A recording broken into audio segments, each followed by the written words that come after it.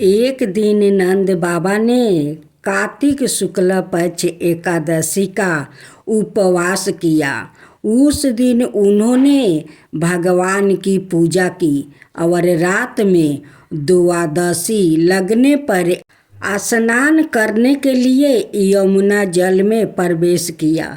नंद बाबा को यह मालूम नहीं था कि यह असुरों की बेला है, इसलिए वो रात में ही यमुना जल में घुस गए। उस समय वरुण के एक सेवक ने उन्हें पकड़ लिया और वरुण लोक में ले गया। नंद बाबा के खो जाने पर सारे ब्रज में हाहाकार मच गया। माता दशोदा का तो रोते रोते बुरा हाल हो गया। अब तक भगवान श्री कृष्ण के विभिन्न चमत्कारों से ब्रजवासियों को पता लग गया था कि श्री कृष्ण कोई साधारण मानव नहीं है, वो साक्षात भगवान है जिन्होंने धर्म की रक्षा करने के लिए नंद दशोदा के पुत्र के रूप में अवतार लिया है।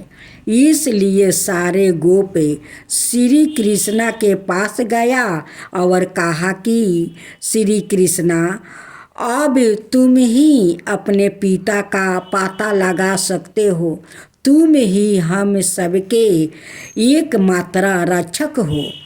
अतः जैसे भी हो शीघ्र से शीघ्र अपने पिता का पता लगाकर इस संकट का निवारण करो।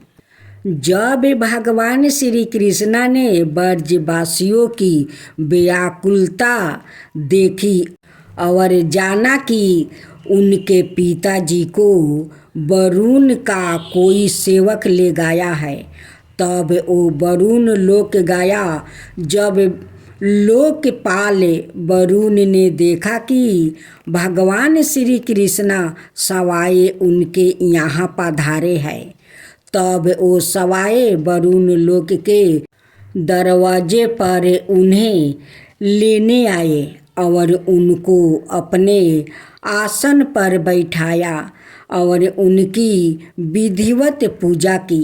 भगवान श्री कृष्ण की दर्शन से उनका रोम रोम आनंद से खिल उठा। वरुण जी ने कहा, प्रभु, आज मेरा जीवन धन हो गया।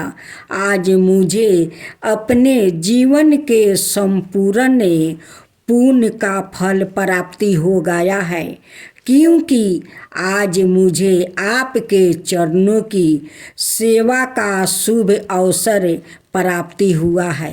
भगवान जी ने आपके चरणों की सेवा का अवसर प्राप्ति होता है, वो भवसागर से सहज ही पार हो जाते हैं। मैं आपको बार बार नमस्कार करता हूँ प्रभु। मेरे सेवक मूढ़े और अनजाने हैं, वो ही आपके पिताजी को ले आया है। आप कृपा करके उसके अपराध को क्षमा कर दीजिए। मैं जानता हूँ कि आप अपने पिता का अत्यंत आदर करते हैं। इन्हें आप सादर ले जाए। आप अंतर्यामी है और सभी जीवों के साक्षी है। इसलिए हे प्रभु, आप मुझे दास पर कृपा कीजिए। भगवान श्री कृष्ण वरुण को आशीर्वाद देकर नंद बाबा के साथ लौट आया। ब्रजवासियों को आनंद का तो ठिकाना ही नहीं रहा।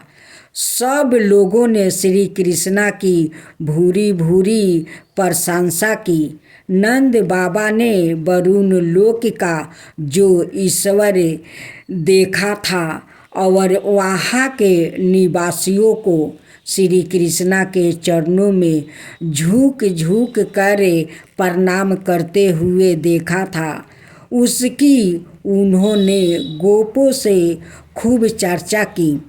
भगवान श्री कृष्ण के प्रेमी गोप यह सुनकर ऐसा समझने लगे कि अरे हम लोग के बीच खेलने वाले श्री कृष्ण तो साक्षात ईश्वर है। हम लोग कितने सौभाग्यशाली है कि हमें इनके साथ रहने का दुर्लभ सौभाग्य प्राप्ति हुआ है। तो बोलो श्री कृष्णा भगवान की जय।